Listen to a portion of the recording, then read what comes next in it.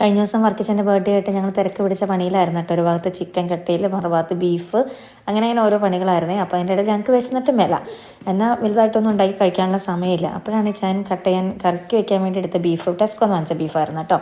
അതിൽ നിന്ന് ഒരു 3-4 സ്ലൈസ് എടുത്ത് പെട്ടെന്ന് നമുക്കൊരു ഡിന്നർ സെറ്റാക്കാമെന്ന് പറഞ്ഞ്, അപ്പോൾ അതിന് ജസ്റ്റ് അത്യാവശ്യം വലിയൊരു ബീഫ് സ്ലൈസുകൾ എടുത്തിട്ട് നമ്മുടെ പാനിലിട്ട് കുറച്ച് ബട്ടർ ഇട്ടിട്ട് അങ്ങ് 2 സൈഡ് മുരിച്ചിട്ടു കേട്ടോ.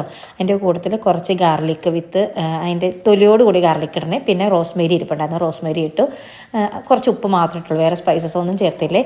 കൂടുതൽ ഞാൻ എന്നാ ചെയ്യുന്നത് വെച്ച് കഴിഞ്ഞാൽ പൊട്ടറ്റോ മൈക്രോവേവിൽ വെച്ച് പുഴുങ്ങാന്ന് ഞാൻ പറയാറില്ല. മൈക്രോവേവിൽ ടിഷ്യൂവിൽ നനച്ചിട്ട്, കിച്ചൺ ടിഷ്യൂവിൽ നനച്ചിട്ട് ഒരു 3-4 മിനിറ്റ് വെച്ച് കഴിഞ്ഞാൽ പൊട്ടറ്റോ വെന്ത് വരും. അപ്പോൾ ആ പൊട്ടറ്റോനെ എടുത്ത് ഈ ബീഫിൻ്റെ സൈഡിൽ എടുത്തങ്ങ് റോസ്റ്റ് ചെയ്തെടുത്തു. നല്ല മണമൊക്കെ വരുന്നുണ്ട് കേട്ടോ. ഗാർലിക്കും റോസ്മേരിലും കിടന്ന് ബീഫ് മുരിയുമ്പോൾ പിന്നെ നമ്മുടെ കൂട്ടത്തിൽ നോറിൻ്റെ ആ പെപ്പർ സോസ് എടുത്തിട്ട് ഒന്ന് ബോയിൽഡ് വാട്ടർ ഒഴിച്ച് സോസും ആക്കിയെടുത്തു.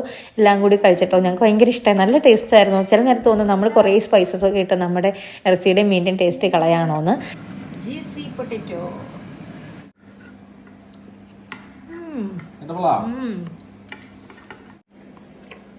One potato, 2 potato, 3 potato.